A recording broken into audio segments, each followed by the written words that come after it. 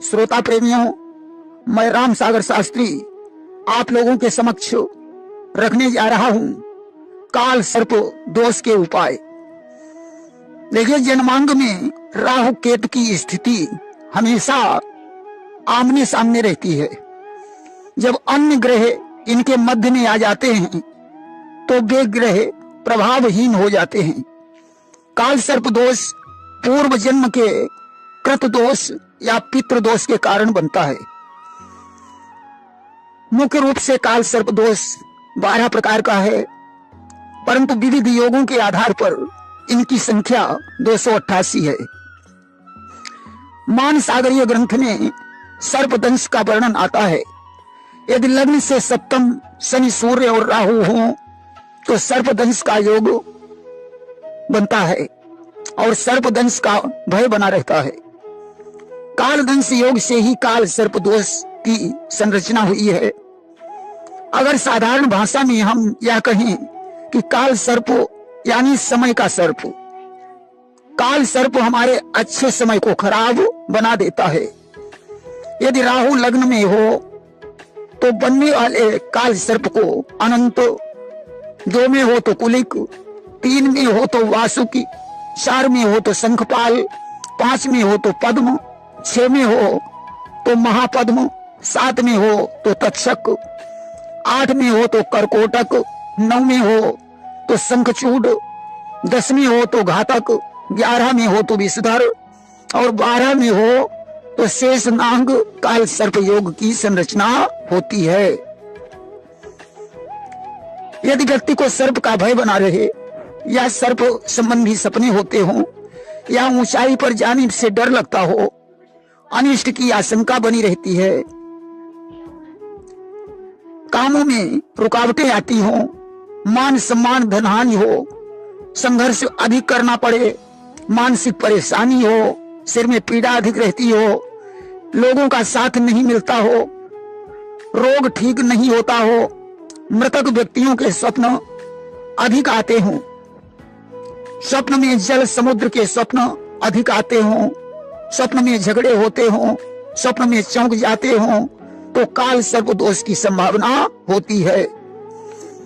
इसके निवारण हेतु पूजन यज्ञ आदि उपाय बताए गए हैं। सर्प गायत्री का जाप, सर्प प्रार्थना तथा कुछ सामान्य उपाय भी बताए गए हैं। प्रतिदिन ओम नमः शिवाय या मृत्युंजय जप करना चाहिए। शाम को काले हकीक की माला से प्रतिदिन 1 माला राहु के मंत्र का जाप करना चाहिए। काल सर्प यंत्र घर में लगाकर प्रतिदिन उसके सामने सर्प गायत्री का पाठ करना चाहिए और शांति प्रार्थना करनी चाहिए। 11 शनिवार पीपल या पारद शिवलिंग पर जल चढ़ाना चाहिए। प्रतिवर्ष नाग पंचमी का व्रत रहकर सर्पों को दूध पिलाना चाहिए। काल सर्प की सामूहिक पूजा में शामिल होना चाहिए। मोर पंखी कृष्ण का पूजन करना भी शुभ है। धातु से बने नाग नागिन के 108 जोड़े जल में प्रवाहित करना अथवा शनिवार या पंचमी को 11 नारियल नदी में प्रवाहित करना चाहिए। पंचमी को 1.25 किलो जौ नदी में प्रवाहित करना चाहिए। घर में मोर पंखी स्थापित करें तथा घर के बाहर चांदी का स्वस्तिक लगाएं। सोमवार को विधिवत रुद्राभिषेक करवाएं। श्रावण सोमवार को रुद्राभिषेक अवश्य करना चाहिए। चांदी के नाग नागिन कम से कम 1 ही जोड़ा जल में प्रवाहित करें। प्रयाग में श्राद्ध तर्पण करें। राहु की पूजा भी श्रेष्ठ है। मसूर की दाल, पैसे प्रातःकाल सफाई कर्मचारी को दान करें। नाग पंचमी को सपेरे को नाग हेतु दूध पिलाने के लिए पैसे दें। सर्प सूक्त का पाठ करें। यदि राहु लग्न में है तो गले में चांदी का चौकोर टुकड़ा पहने। यदि राहु दूसरे भाव में है तो वायव्य कोण में प्रतिदिन मिट्टी के बर्तन में पानी भरें और तिराहे या चौराहे पर डालें। यदि राहु 3 में है तो जन्म दिन पर गुड़ गेहूं तांबे का दान करें। यदि राहु 4 में है तो प्रतिदिन नदी में 100 ग्राम दूध छोड़ें। यदि राहु 6 में है तो प्रत्येक पंचमी को 7 बार नारियल ऊपर से उतारकर नदी में छोड़ें। यदि राहु 5 में है तो ईशान कोण में सफेद हाथी की मूर्ति रखें।